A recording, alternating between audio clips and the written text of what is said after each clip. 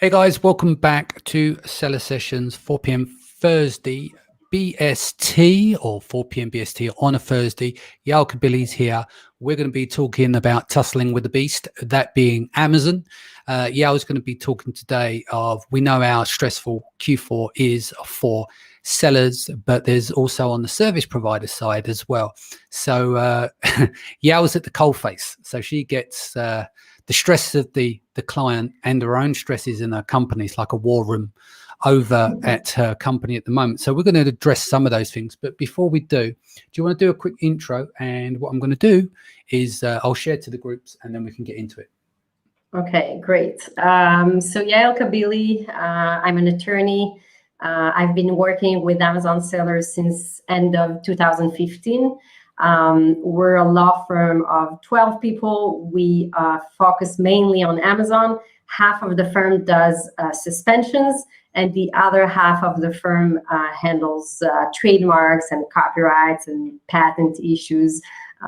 Basically everything related to Amazon and any Amazon problem. In addition, I also I'm one of the co-founders of Fortinet, an investment banking firm that deals with exits, which is the fun part of being an Amazon seller. Yeah. Indeed. All right, let's just go through these. I'll give a quick overview of what we're going to be covering on the show today. So issues we're seeing related to account issues, copyright glitch is one of them. Examples of product detail spit it out. Violations, yeah, copyrights and removals on that side, illegal variations, review aggregation, etc., etc. So let's get into it. Let's start from the top. Let's go through the list diligently. But before we do, let's have a quick chat about the stress. The stress. Let's talk about stress, right? I've talked about on the show making sure that people look after their mental health and stuff, because everyone looks at Q4, right? Or most people, then 3 months is where you make your money. So you live and die by that. And we've got all the stresses of Amazon. It goes up, it goes down. So effectively, people are riding these waves all the time. And not being on the receiving end, but understanding with having a few dozen clients at the agency, one of the things that I need to make sure is that they're calm. When we speak, it's like, we got this. It's not a problem. And bring them back in to zone. And I know that you would have to do the same thing. And it's more stressful with suspensions than ACOS going up and stuff like that. But ultimately, it's part playing a psychologist and also helping the customer solve a problem. But I think we've been doing this thing on Insta, which is movement is medicine, and just trying to get people moving each day, because all your exercise, all eating healthy, everything goes out the window. But that stuff is very good to be in preparation of that stress levels. When it hits, you're ready to deal with it rather than being burnt out. So let's talk about some scenarios of what you're seeing on that side, and then we're going to break down each and every one of these issues. Yeah, so I'm not the kind of people to ask about sports and exercise, but I can tell you we're very involved with the sellers during that period. I feel in some way that we as service provider have some kind of responsibility and duty to tell the sellers what's going on, and to tell them, give them the knowledge that we have and give them some proportion. Because if, for example, you're suspended for, review aggregation or review manipulation, you're a private label, you've been doing everything great, and now it's Q4 and you got this horrible suspension of your entire account. Now, when you receive it, you start Googling, right? You got it during the night, you Google, and then you get to those forums of Amazon sellers, not those on Facebook. I'm talking about the actual forums. The forums. I think that, by the way, the people on those forums, they have one goal, which is to have less competitors and scare people. So, you Google it and then you read, you'll never be back on Amazon, and that's the end, the end of your game.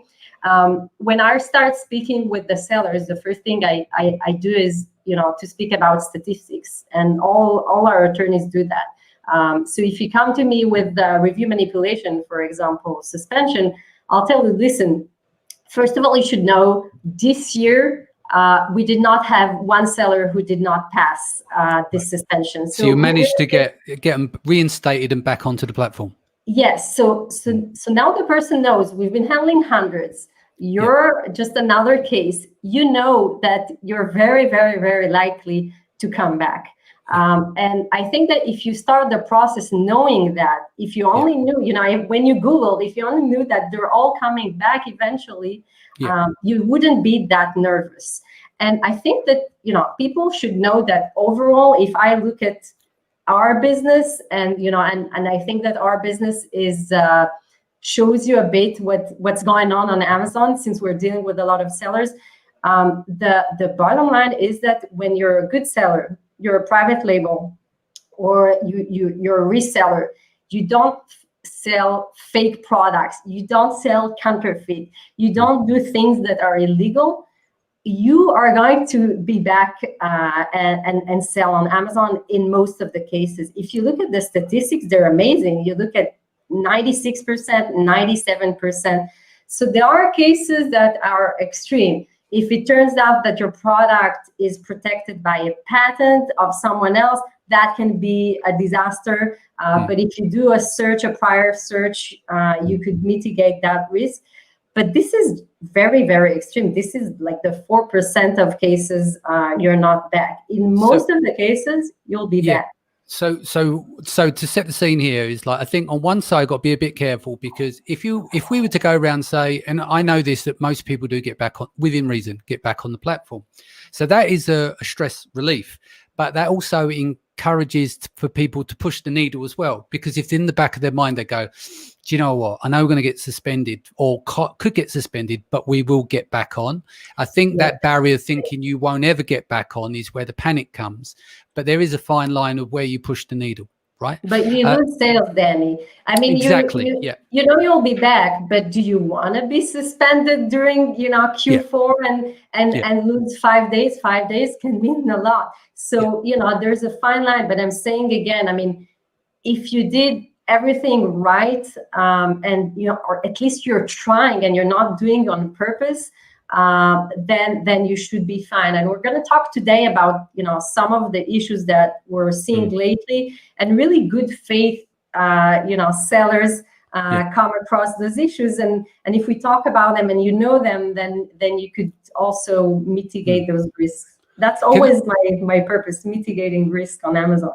Can I also say, in the defense of a seller as well, and I don't mean this in a bad way, but suspension companies generally don't really have a good reputation, right? No. If we go back to 2015 up until now, people, the seller felt like they're being fleeced, at thousands, and then there is no guarantee. And it's like, well, we did try, but that person doesn't have the skin in the game, and that eats a chunk of that person's profit, and they might as well just set fire to $4 or $5 grand. So there is a stigma around suspensions and getting suspensions solved by a company, because not everyone will publish their success or failure rate. I'm not putting that back on the suspension company, but you've got to understand is that in private conversations, they're not, they're not on the Christmas card list for a lot of people. Right? So the fact that you talked about the statistics there, you're saying what, 96, 90%, 7% of your guys will get back on the platform under the proviso of what? So let's talk about the 4% that don't get on. What are the ones that have probably got no chance of getting back? Yeah, so there are several issues that are extremely difficult to reinstate. One, even someone who sold counterfeits, some of them are coming back. But when you're dealing with fraud, this is where we cannot help. For example, if you change an invoice, and this is something that I can talk about that for hours, but sometimes I think that Amazon makes you do that eventually, because they don't accept the regular invoices of regular business. But if you take an invoice from your supplier and you just change it to match your details, and then Amazon finds out you manipulated those invoices, that's forged invoice is something I cannot get you back. Yeah, I had one of those, but it wasn't intentionally faulty. My naivety, 2015, I never lost the account, but I couldn't get the product back on the platform. And what that came to is the verbiage in and around commercial invoice and what they expected to be on the invoice. And it's probably down to account annotations. I attempted it a few times and someone tried to take it over and they put it down, not put it down as fraud, but annotated as like, these are changed invoices. But if you look at the email queue and the chain that was sent in there, I kept presenting the invoice. And then in the end, I said, look, I haven't got this information on the invoice. This is the original invoice. This is from the factory. Here are the details. You can contact them and everything else. I've made another set of invoices for you that ask for everything you want. Do you want these invoices as well? And then if they're right, you can have those. But please let me tell you that I've made these invoices and here are the originals to give you the information you want. And I never got back with that product. So that was me being a schmuck, basically, and stupid.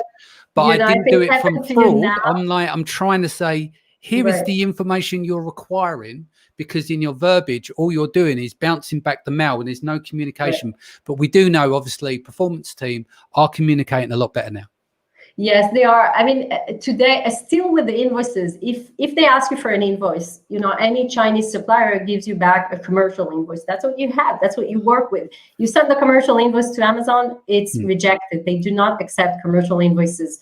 Now, you want to change it and your supplier tells you change it. It's fine. You change it and you send it to Amazon. There you go. You manipulated an invoice. So, you need to get the supplier to do that if you want to change the invoice.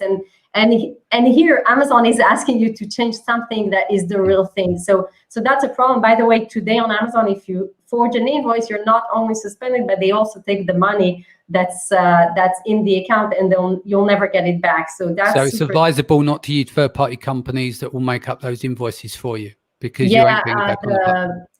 Those that do ungating, a lot of them, I had several clients who were in trouble because of that. They submitted invoices that they received from those, the service provider for ungating, and then it suspended the entire account. It was a disaster. Okay. So we cannot help with that. There are several, extreme. What other things as well outside of these invoices, so that we move through the pace quite quickly? Right. So what are the other things that are guaranteed and not getting you back on the platform? Other than that, there's nothing that guarantee you cannot come back. Right. There's one thing that is an issue, and that's a big issue right now. That's the whole related account issue that everybody's talking about. Let's talk through the related account. Yeah. Right. So related accounts, first of all, I want to calm you. There's one thing people should know. In most cases, I'd say around 96-7% of the cases, if you got a suspension for Canada and Mexico, which is what thousands of sellers or hundreds of thousands have received, you won't get suspended for the US. In most cases, if you haven't received a suspension for the US at the beginning, this won't come. And I see so many sellers, posting, I received that, and then other people are scaring them. You're going to receive it for the US. You have to act immediately. That's not true. You know what I advise people right now? If you got a suspension for Canada and Mexico, like thousands of people, and you're not selling there, leave it. Don't touch it now. Let's finish with Q4. Let's finish with the sales of Christmas, and then in January you'll see what everybody did, and then get back on track and get back those Mexican and Canadian. Because if you are trying and you'll fail, you have some risk there. Just don't touch it, and don't be afraid of what everybody's telling you. If the US account is fine now, just don't touch it. Mm-hmm. And by the way, that's an advice that I sometimes give, and people are very surprised. Don't do anything. When you get a suspension, but it's not a suspension. You get something, but it's not there, not on your account, not on the health, not anywhere. You should think twice if what you're doing about it. I'm not saying don't do anything in any case, but look at it, think about it before you act. So Amazon is, it's fragile on the one hand, but on the other hand, if you're reasonable, and you're doing, what and you're a good seller, you should be fine. So going back to related accounts. Yep. So you have Mexico, you have Canada. Related accounts issues that are real forget about the wave that we have now. Real related account issues. Like, for example, if you, Danny, had that account that was suspended, let's say you were suspended for forged invoices, and then later, a year later, you open up another account. When you open it, everything is fine. And then one day you forgot about it. You enter from the same computer. Amazon understands it's the same The IP. link between them. They link the two accounts. And then your second account that has been existing for 2 years and you've been doing millions, it's suspended now because of the other one. Here too, there's not much we can do to help, because if it's a real relation, and you're really linked and you were suspended the first time, there's not much we can do. You have to first open the first one and only then the second one. Okay, and if the first one is you cannot save it, then the second one as well. See what I mean? Related accounts are often, they're also very difficult to handle with, because very often the client comes and says, I received a related account issue. I have no idea what they're talking about. I do not have any related account. They did not say what it is. And how can I convince Amazon of something I don't even know, So now Amazon lately, which is really nice, you can go to, there's the health department, the new seller health department. You can approach them. There's a link that you can press on, which leads you directly to the health department, and then they call you back. And when you speak with them on the phone, they will tell you the first 3 letters of the account to which you're related. Okay. So let's go back to your example. If your first account with the forged invoices was Macmillan, they'll tell you, okay, it's MCM. That's what you're related to. And then you have to get some kind of game. It's really funny. Yeah, I've seen it's out of date, but I've seen screen grabs. I'm not sure I've still got them on my phone. Screen grabs from the inside, which shows the relationship between accounts and credit cards and how they link those together on the dashboard. Someone posted it a couple of years ago now, but I'm sure they've updated their system. Quick question here related to this. Anna Davis says, are there more and more cases since COVID of stolen data where Amazon says we have a duplicate account? Any pointers? I'm trying to understand between duplicate account and stolen data. And do you mind just dropping and rephrasing that question? Herb is said, I plan to go from USA to Canada for December. Should I be concerned that I'll be logging into my Amazon account from a new country? Yeah, you have to inform Amazon. Don't be concerned about it. You open a case and you tell them, I'm going to travel. I'm now moving to Canada. And then you'll be fine. You just have to inform them that you're going to log in from a new IP, so you should be okay. Amazon link accounts, by the way, with several things. One is the IP. The second, and that's the easiest, it's the credit card. The third is your account, the bank account details, the email, and the phone numbers. Everything that has numbers in it, it's super easy for Amazon to link the accounts. And it's very difficult to claim later, oh yeah, it's the same credit card, but I'm absolutely not related to that person. So that's how they actually link those accounts. Also, just something related to that, where people worried about 2 people being under the same house, IP, variable IP, etc., of logging into their Amazon account and someone logged into theirs, and the problem. That is a bit of a fallacy. I sat down with the mobile team a couple of years ago when they come to London. The head engineer of the team used to work at eBay, and he kind of laughed and said, no, we've got a very sophisticated system. How do you think that Amazon sellers can be at Boost, 1,500, 2,000 sellers all checking their apps and logging in? There'll be, we can't just go around suspending everyone. So that it's more sophisticated on that side to not worry about crossover when you're logging into Amazon accounts in workspaces and stuff as well. It's very rare. I can tell you, 5 years we've been dealing with suspensions. We haven't got many issues of, relations when it comes to hotels or restaurants or things like that. So it's quite rare. There are problems that are kind of myth on Amazon, things that people are really afraid of. For example, opening a second account. For years, people know that you need to have one account. You cannot operate another account. But then turns out that for years you could ask for permission and then get permission to get the second account. And now they changed it in last April. August last year, where you don't have to ask. You can just go ahead and do it as long as there's separate entities with et cetera, bank accounts. We spoke about it here.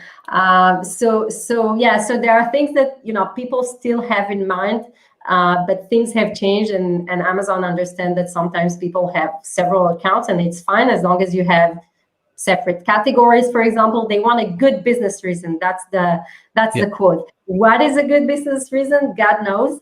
But you can guess.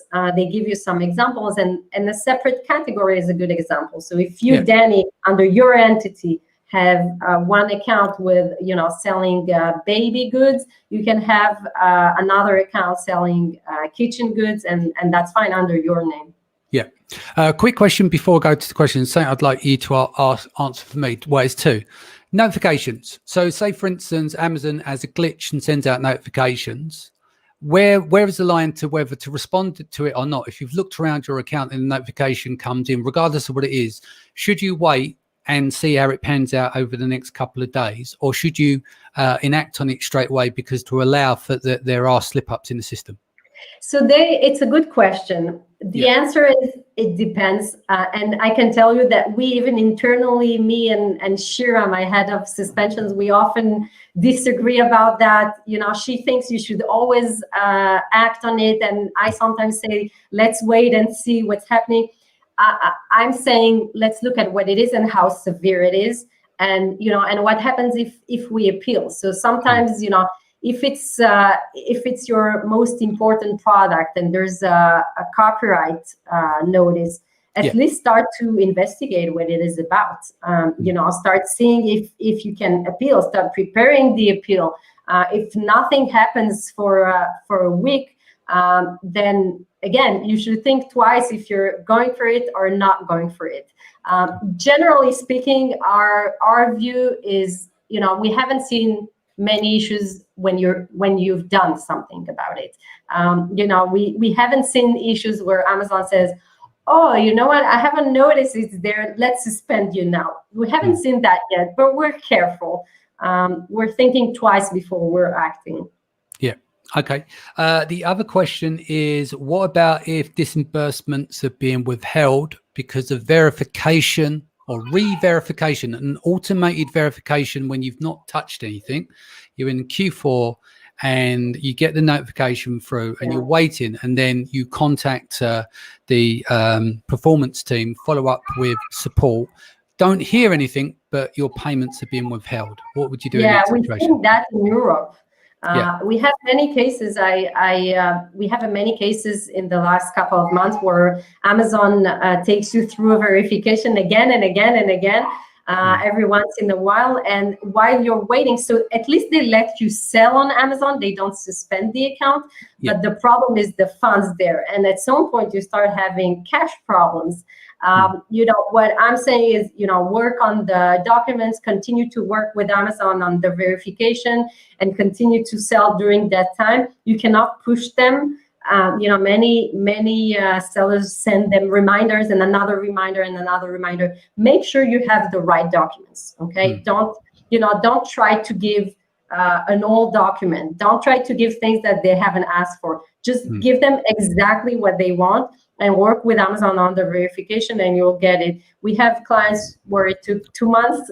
Sometimes it's just 3 weeks, but eventually it's rare to see a suspension around the second or third verification. The suspensions are around a first verification usually. Okay. Just the thing that happened with me the other day that I got resolved is currency company. If they adjust and change the bank accounts for you, then all you need to do is go to the currency company, get the certificate of ownership with their stamp on it, with your company and details on, and then upload that to the system, and that helps resolve the re-verification process.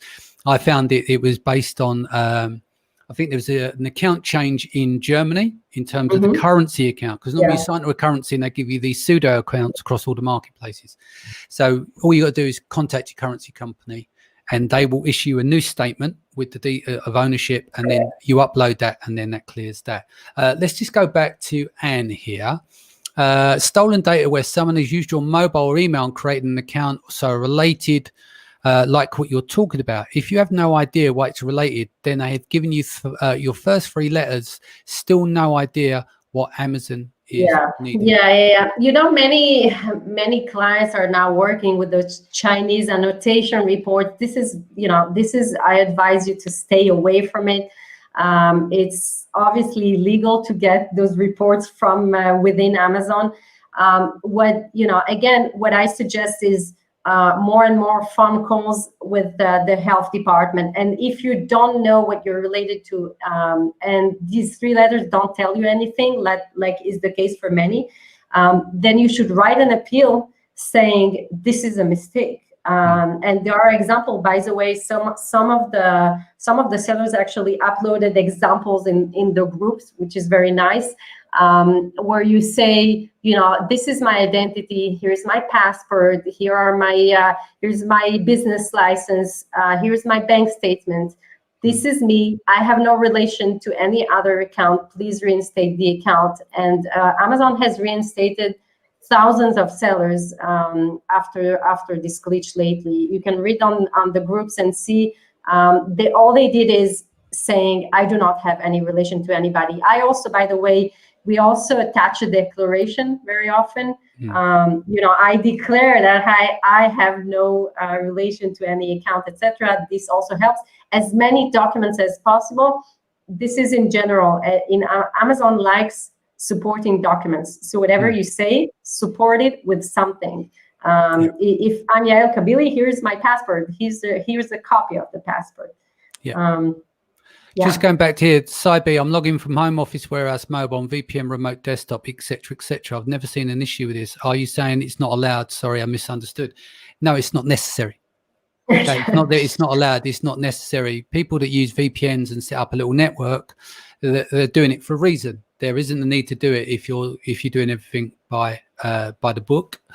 So some use a VPN because they have 2 accounts of 2 entities, and they just don't want Amazon to relate them together, and it's fine. So you use a different computer.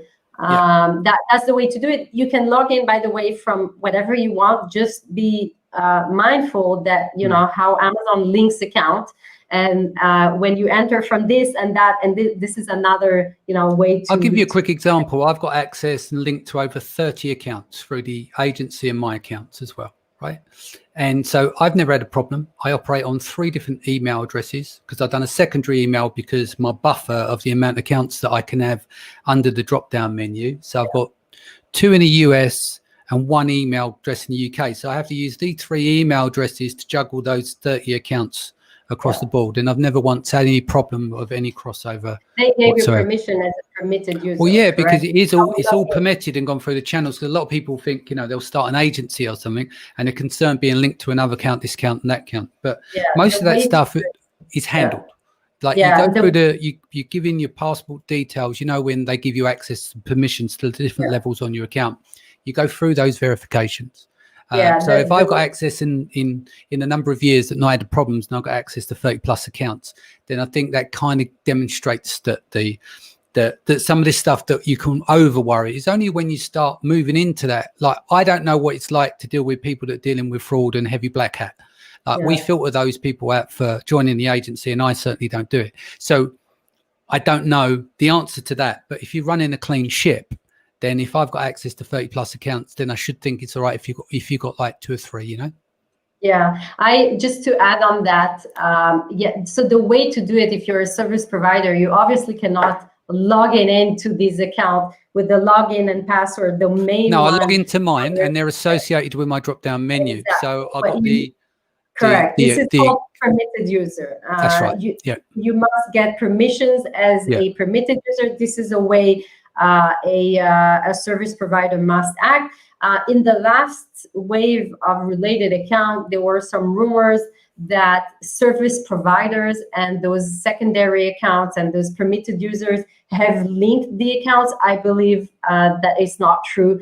It's just unreal. I mean, it couldn't be possible. If that was the case, then anybody using all the software and all, everything would be related to anybody. So, and I think it'd be very sophisticated, because even though I got access to an admin level bar payments disbursements, because I don't need that access, right? So I'm sure without Amazon's algorithms and their tools, the way that they're set up, they'll know what I've got access to, which is basically for support on front and back end in terms of PPC and troubleshooting for my accounts and clients' accounts, right?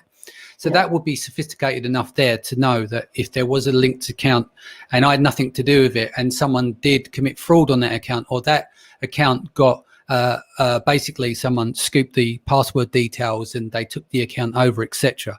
Never had to deal with that. But I just think if we trying to put that into context of what can happen and the relationship here.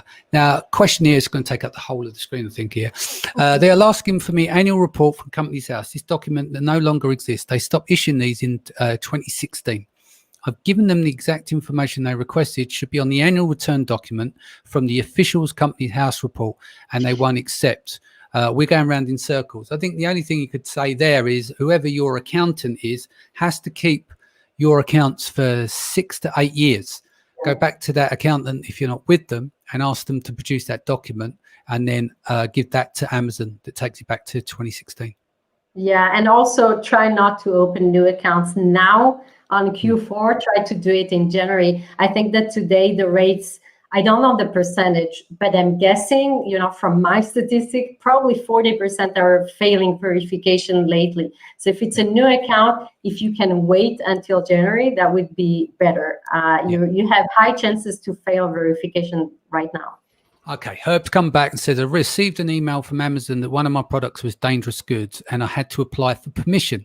But when I use their own ASIN search in the email, it comes back as no dangerous goods. It's not a dangerous good, but they might have misunderstood that it has a battery.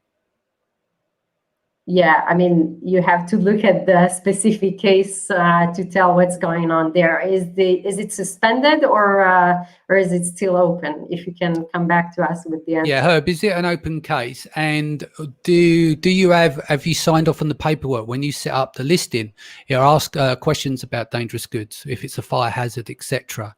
And did you just go through the paces there to make sure that it's not dangerous goods and verify that you explained it had a battery? Yeah. When you're accused of selling dangerous goods and it's not, what you have to do is, like always with Amazon, showing them why they're wrong and attaching documents, like I said earlier. Show what product you're selling. Show Amazon their mistakes. For example, we saw that with the pesticides, as we've discussed together in the past. We've seen thousands of cases of pesticide suspension based on specific words like antibacterial. Okay, so Amazon sees that word, and for them it's a pesticide product which is restricted, and they block you. But then turns out you're selling, a kitchen product. So what you have to do is, first of all, remove those words from your, from your ASIN, from your listing. The way to remove it, by the way, and I'll talk about it with the other glitch, is through the flat file. Just upload a flat file, remove the particular wording that is causing the problem, upload the flat file, and then you should be okay. You should go back to Amazon, say, I removed the specific word. I'm not selling pesticides, I'm selling a kitchen product, please reinstate me. So if the word is not there anymore, you're looking at your listing, you're not selling pesticide, you should be back. And remember that, because we're seeing that again and again with every time something else. Face mask. With COVID, we saw suspensions around masks because people were not allowed to sell masks. And you're selling cosmetic mask. So you have to explain to Amazon, what happened, and that you're not selling mask for, COVID mask. And then they'll reinstate you. So this is something that we're seeing again and again, Amazon glitches. Cool. Facebook user again came back. I have the doc, but it's the wrong address and they want the current one. This is 8 years old account. Raise to managing director at amazon.co.uk. I'm assuming it's the UK. Raise that there. Ask for politely for an escalation and explain the situation in 4 to 5 bullet points. And then just follow up politely every 3 to 6 days. Yeah, I can say that generally for verification, you need to have, and Amazon is very strict about it, the details should match your account. And if you don't have that, you can try and try and try again in circles. In most cases, the account won't open. You need the exact same details, and Amazon is kind of obsessive about it. There are some exceptions, of course, that people manage to do it, and just as you said, it's a good idea to email managing. But what I'm saying is, generally with verification, when you open an account, if you're about to open one, think about what details you're putting there, because all your documents, utility bill, business license, bank statement, everything will have the same details. Otherwise, it will not pass. Yeah, no, I agree, because it's going for an automated system there. AMS is not allowed to update title on bullets. They asked for a photo of the packaging with logo and barcode, but it still did not help. How to convince? Look, yeah. Go back through and read the verbiage again, and also whatever you need to change. It's not a guarantee, but if you've got a third-party Shopify site, point to that site to say, look, this is the manufacturer's standard. So you've got your images there and your title and the bullets, and say that they're wrong on Amazon, and give that a crack. See what happens. Let's have a look at this one here. I guess with any beast that run is by virtual machines, you have to be persistent and patient and play by the rules. Exactly. Herb come back and says, yep, wheeled it in and still have a battery. I'm not sure what he's wrote there, but so far still online. This Protect product has been selling for 6 months now. Strange to get the email now. So that's fine. I mean, that's a notification. And then if it blows up from there, what do you do with going back to this disbursement thing, account re-verification? A client account still running, no problem, not getting the money, but there's the second notifications come through and the verbiage is slightly different in terms that this needs to be dealt with, but performance team's been contacted, and so is support. What do you do in a situation like that when you're worried about sending in too much and your account's been annotated and you can't keep going back and forth, but there isn't a two-way response there? They're basically gone from one set of verbiage, which you're writing your POA about, to a new notification based on the same issue. What would you do in that scenario? A new notification that's more severe than the first one? Yeah. Still related, but now asking different questions. Yeah. So you always go for the last one. Okay. Yeah. First of all, you always go for the last one that you receive, and through the verification, you're passing, we feel that it's little steps, like baby steps. You pass one and then they're asking, especially in Europe, by the way, this doesn't happen much in the US. In Europe, I mean, we've seen people struggling with verification for a year, and sometimes even more. So they, especially with the large corporation, by the way, they have, serious structures there, and the owner is a company, and the owner of the owner is a company, and then you go down until you get to the last person. But generally speaking, when you're going through a verification, you always go by the last email you received. So if your last notice, even if it was stricter or it had something else, you go for that one and you give them exactly what they want. Don't go back to the other ones. Always by the last one. Okay. Should we, I noticed we're about 40 minutes in, and it's been great. We had loads of interesting stuff, but I want to make sure we cover these trends that you're seeing. Yeah. Let's move on to the copyright glitch. Yeah. So I want to talk about it because this is something that nobody discusses, and we see it a lot lately. Yeah. So here's how it goes. Bear with me. You get a notification from Amazon saying that your product is restricted. You go to your account, you see restricted product. You go to Amazon, to the seller support, and you're asking, how is my product restricted? I've been selling that for 4 years. And then it turns out Amazon tells you, oh, it's restricted because of a copyright issue. And you're like, okay, what's going on? What copyright? Who complained about copyright? And you're trying to investigate whose copyright is that. And they don't know. Like, the support tells you again and again, we do not know. We do not have the permission. All we know, it's a copyright issue. You go to the health, you ask the health, they say, we only see it's a copyright issue. And then you continue in circle. We had, I think, 11 or 12 cases like that. Same scenario with all of them. So you go in circle and you have a copyright issue. What it really is, after we investigated all these cases, that's actually not a copyright issue, and it's not a restricted product. It's all about your product detail page. What happens is that on your bullet points or somewhere on your listing, you violated some rule. So there are many examples of things you could violate, but one of the things we see lately is that they hate, for example, they hate the wording money back guarantee. Okay, yeah. They hate that. There's a federal rule about money back guarantee because you lose, for example, you use lifetime guarantee. What is lifetime guarantee? Is that the lifetime of the product? Is that the lifetime of the seller? Is that the lifetime of the buyer? You need to be specific. The rules are extreme. It's the FTC rules. So just don't include lifetime guarantee in your listing.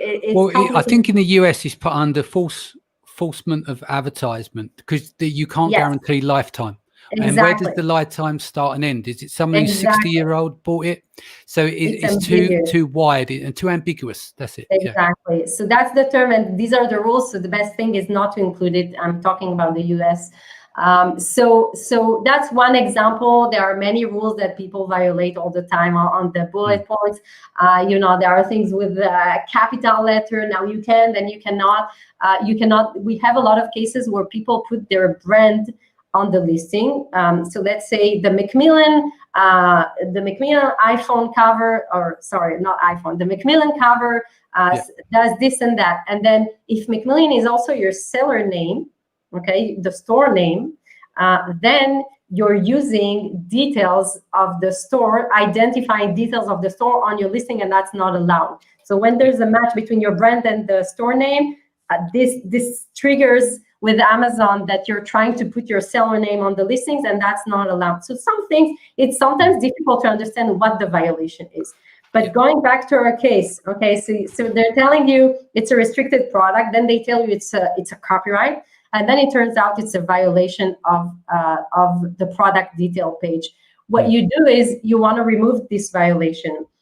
When you remove it, don't just edit with the edit button because this doesn't really edit it when it's suspended. What you need to do is, again, going to the flat file, upload the flat, change it on the flat file, upload it again, and then you get a batch number, and you can go back to Amazon and say, I found out where it is.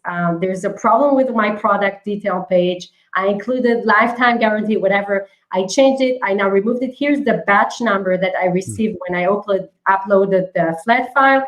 Please reinstate me. We also, since it's noted as a copyright issue for some reason, we sometimes also file a counter notice, like a DMCA counter notice, to remove this copyright thing. And then this plus that reinstates the listing. This is the most complicated cases that we've had because we had to investigate restricted product, then investigate the copyright thing, and then turns out it's the product detail page and you have to understand what it is. But just remember, if you get from Amazon a notification that your product is suddenly restricted for some weird reason, that's what you should do, and that's how you should handle it.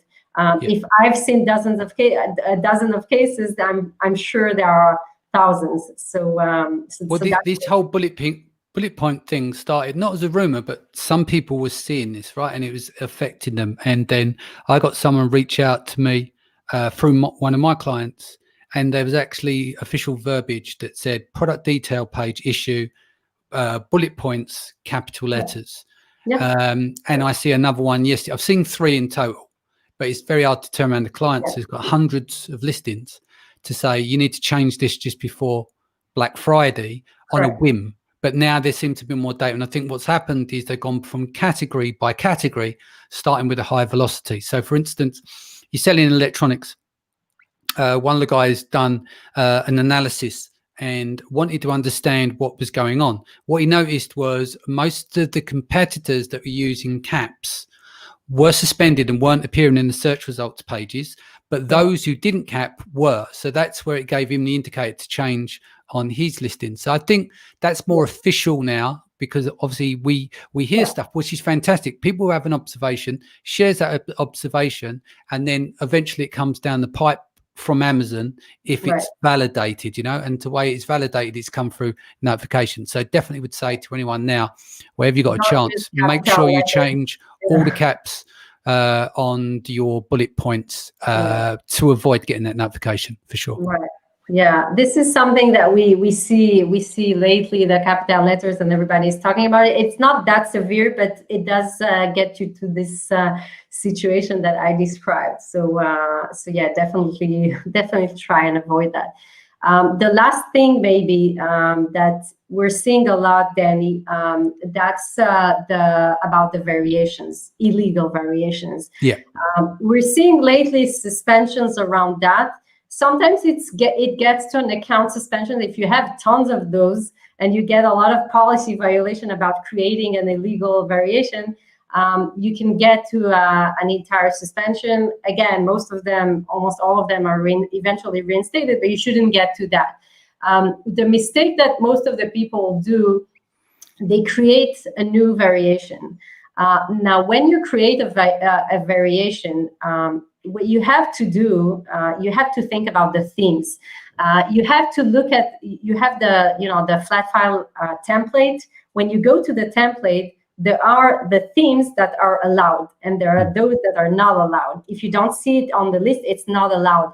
And one of the themes that's not allowed, and many people, mistakenly open a variation for that, that is style. For example, if you have this bottle, the bottle here, so this is pink, right? You have it in blue, you have it in green, but then you have it in zebra. Zebra is a style, that's not a color. And some people, open it as a color, and it's actually a style. And when a style is not an allowed theme in your subcategory, you cannot include it, and it must be a separate listing. And we see that for many things. So when you open a new variation, again, you have to go to the flat file example template. Look at the theme, and see if the particular theme that you want, which is style in this case, is actually allowed. We get suspensions around that. It's, sometimes gets complicated. Sellers want, they want color, quantity, and size. Okay. But in their subcategory, there's no color, quantity, size theme. There's only color, quantity theme. So you cannot include the three. That's the thing. You need to check in your subcategory what are the themes that are allowed, and then see if you can upload a variation. It's not that complex once you look at it and you learn about it, but take the time to do it.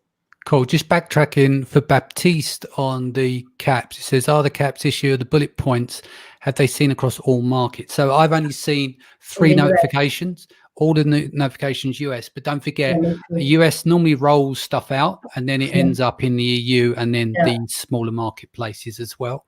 Yeah, me too. I've seen them all in the US. Tim Kramer jumped on late. Are you saying that any bullet points that talk about a guarantee or money back guarantee are getting flagged? Yes, I mean, it doesn't mean that yours has been flagged for now, but if something happens and they look at your listing, then this is one of the things that they're not, they don't allow. So if you're changing, if there's another problem, or if this is the problem, you could have problems with that. So just remove it if you can. Yeah. Especially in the US. Yeah, icons and HTML in bullets. Not allowed. No, Unicode as well. People was using Unicode to disguise, but again, that's been picked up as well. So just be aware of that. You may not be picked up on it, but it's best to run a clean ship. I think we've got one more point to cover here, haven't we? Let's have a look. Variation. So there are the real, so there were the fake copyright issues, and there's the real copyright issues. So just so you know, up until lately, I would say, if you take one sentence from your competitor, you would probably be fine. Today, Amazon, so if you're using one sentence from my listing and I file a copyright complaint, Amazon will allow it, and they can remove your listing just for one sentence. This is something that we've only started seeing in the last 2-3 weeks, and we've seen several cases like that. It seems that sellers now, with Christmas, they're fighting with each other, so they're now filing complaints against each other. By the way, it's a serious game and it's a dangerous game.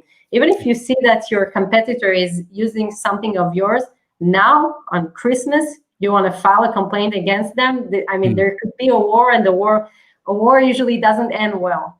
No. So think twice before you file it. And since we're on Q4, review your listing again. Make sure there's nothing that you took from your run a listings report. Go through and make sure that's done. Going back to Baptiste's point of all caps, just thought about it now. Even if you don't change it and don't get caught, what about the people out there who spend most of their time, instead of like putting more products onto Amazon, that sit there and report their competition for things like images and stuff? So the next wave you could see is people report bullet points to take their competition out of the game. So it does make sense to resolve the bullet issue. Any more points have we missed off your list? Review aggregation. Should we cover that? Yeah, review aggregation is the result of what we spoke earlier. So if you have if you put several illegal variations, the purpose, what Amazon is saying, your purpose of adding a variation is to gain, the reviews of the parent, right? You want to get all the reviews of the parent to the child. So they call it review aggregation. You're using illegal variations basically to get more reviews and more sales. And they can suspend you for that. When you get a suspension, an account suspension for review aggregation, you have to look at the variations, analyze them, see where you did wrong, find the wrong variations, take them out, and handle that, and then write a plan of action that you actually understood. You know now how to create a variation, and then you should be reinstated. Okay. Last question before we go. Side B, I have a licensed product that I'll list on AMS. Will I need to provide some sort of agreement, or is it okay just to crackle? No, you just start selling. Amazon doesn't care about licenses. It's good to keep the license to yourself. If someday Amazon asks you, how do you sell that product? Is this your trademark? Is this your brand? Then you can present the license. But basically, Amazon never asks for these documents in advance. Cool. What's the best way people can reach you? Email Yael at e-cabilly.com, or on Facebook, Yael Cabilly, or on the website, wherever. Cool. Also, let you know, Yael will be returning for Branded by Women Part 2. We'll be dropping in February. We'll be dropping some teasers very soon, give an idea of what's coming up on the lineup. 50% are new women on this event. So we're just trying to bring a new breed through for next year. So there's going to be a few to watch out for. Really pleased with seeing that's been going on recently since the first Branded by Women. I'm seeing a lot more women flooding on the podcasts, the summits and everything else. So it's starting to make a dent, if you like, in terms of adjusting the balance there. Also, I'd like to invite you back for Seller Sessions 600. So put that in the diaries, guys. We're going to do Seller Session 600 on Friday, the 18th of December, which is my wife's birthday, which she's very pleased about me tagging an extra day on, because we've gone down to 4 shows. We're going to go to 5. But my goal is to do 60 guests in 60 minutes and keep it flowing. So I'll send an invite for that. But yeah, guys, I'll be back here on Tuesday. Don't forget, tune in to see Isabella on Monday. Take care of yourself, your families, and I'll see you on the other side.